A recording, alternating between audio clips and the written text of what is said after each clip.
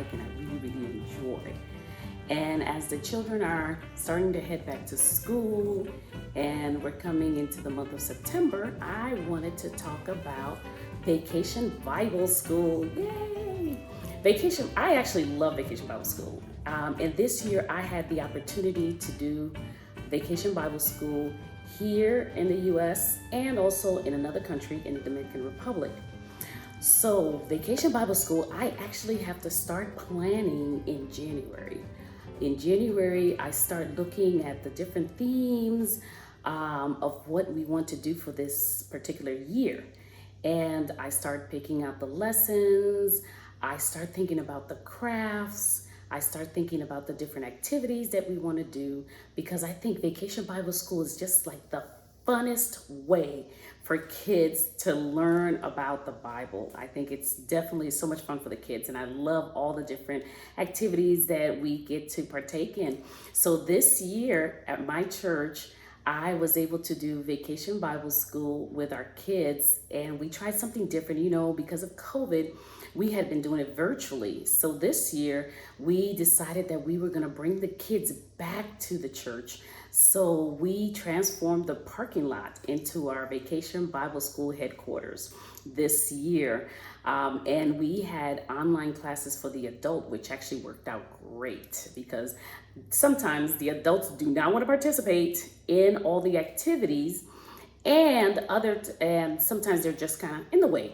So we enjoyed having the kids there. They had such a great time. We were able to do the lessons. We had the lesson stations. We broke up the classes into 3 different age groups. They had fun learning about the Bible, and then they got an opportunity to make a craft. So this year we were talking about On the Roll for God. So the theme was about a food truck. So we actually had a special surprise on that Friday for the kids. So I'll get to that in a second. So anyway, we usually do it 3 days, Wednesday, Thursday, Friday. And let me tell you, that is enough, because I come out of there so tired. I am worn out by the time Vacation Bible School is finished, because I've been planning all throughout the year for them. But I just love having the kids have a great time. And the kids always tell me how much they love it. And they're always asking, when is Vacation Bible School? Can it be longer? So I like that. I like leaving them wanting to come back for more. So anyway, as I was saying, they were learning the lessons, and then we would have a craft station. So this year they all had to make their own aprons, and they got to wear the chef hats, and they got to do activities outside. And I love doing water activities, because it's usually so warm here in Virginia and so humid in the summertime. And since we do it in August, it's really warm and humid. So we ended up having water activities. So we played hot potato with a wet sponge, and we were wetting them down with super soakers. So the kids they had a blast. So the last day, that Friday, we actually do what's called a drive-in movie. So during that day, we actually have everyone come to the church that evening. And I wasn't able to get a food truck to come, because it's what I really wanted to do. But I was able to talk a gentleman who has a food truck, and I talked him into coming. And he said, oh, I can't bring the truck, but I can come, and I'll bring my grill. He brought his staff, and he made tacos for everyone. So it was a wonderful event. He made the street tacos right there on the grill, on the lot. So everyone got an opportunity to eat some delicious tacos. Thank you, Tony's Tacos in Woodbridge, for that. And he was even impressed. And he said, oh, anytime I will come and I can do this for you. So I really enjoyed having them. The people enjoyed the food. The kids enjoyed the food. We had snack bags for the kids. We had drinks for the kids. And then we got to watch Encanto, the movie that the kids all love. So that was so much fun. I really enjoyed that. And then at the same time that I was planning, from January all the way to August, that I was planning Vacation Bible School for our church, our local church here, I was also planning Vacation Bible School for the girls at the Journey Center, Dominican Republic. Yay! It had been my heart's desire to bring Vacation Bible School to the girls at the Journey Center in the Dominican Republic. I tried last year, just didn't seem to work out. So this year, my missionary team, I told them, hey, we're going to the Dominican Republic and we're going to do Vacation Bible School for the girls at the Journey Center. And let me tell you, it was wonderful, wonderful. We had such a great time.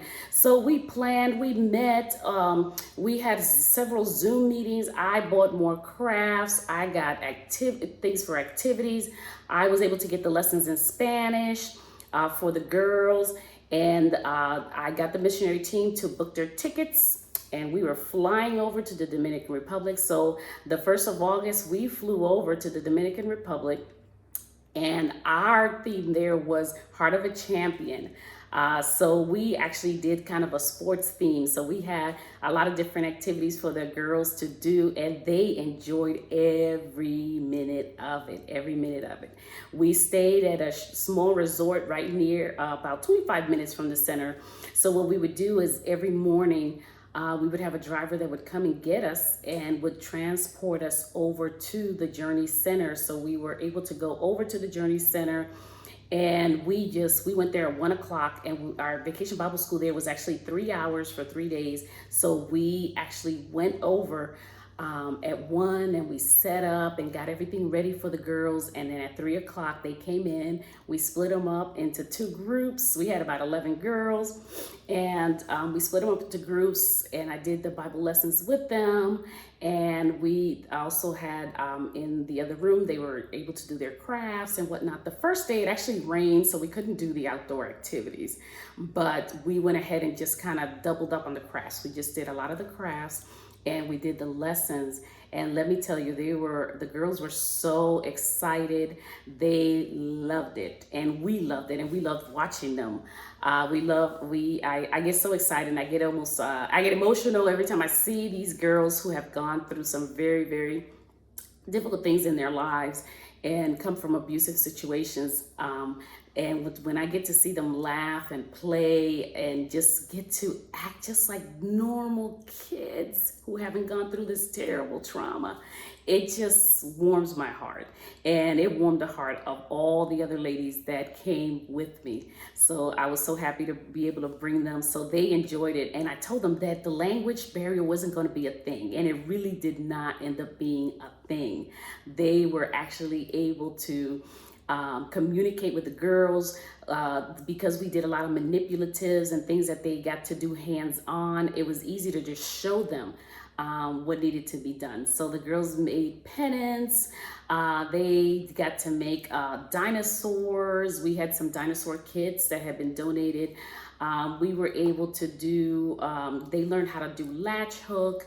They also got to do, learn how to hand stitch. We had one of the mothers who actually taught them how to do hand stitch and how to sew a button. So they really enjoyed that. And a few things that kind of touched us is that when I had the smaller group, because we had 2 different age groups, and one of the young ladies one of the young girls who's about 9 years old, I told her, okay, let's get our lessons ready. I want you to read. Go ahead and read such and such. And she took the paper, put it over her face and said, I don't know how to read. And I was heartbroken that she was 9 years old and unable to read, but I understand the situation that she came from. So we are working to get her in a special school and get her caught up now that she's with us at the center.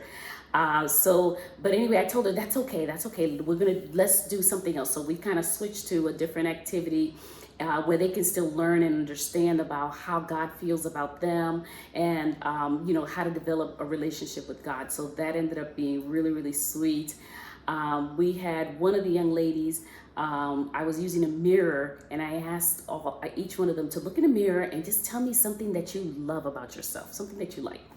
And most of them said, oh, I like my eyes, or I like my face, or I like my hair. And I had one young girl who said to us, I don't like anything about myself. So I felt like somebody stuck a knife in my heart. She's such a beautiful young lady, but does not see herself as beautiful. So we have been spending a lot of time talking with her, and the psychologist has been spending time with her. We're trying to build up that self-esteem because, again, with the situations that they come from, it's very difficult for them to see anything good about themselves or about their lives. So my goal that day, I set a goal that day, and I said to myself, by the time I leave here, I'm gonna make her smile, because she wouldn't smile. But by the end, she was smiling, she was laughing, she was enjoying herself. So I felt like, yay, accomplished one thing. So that was beautiful, beautiful to watch.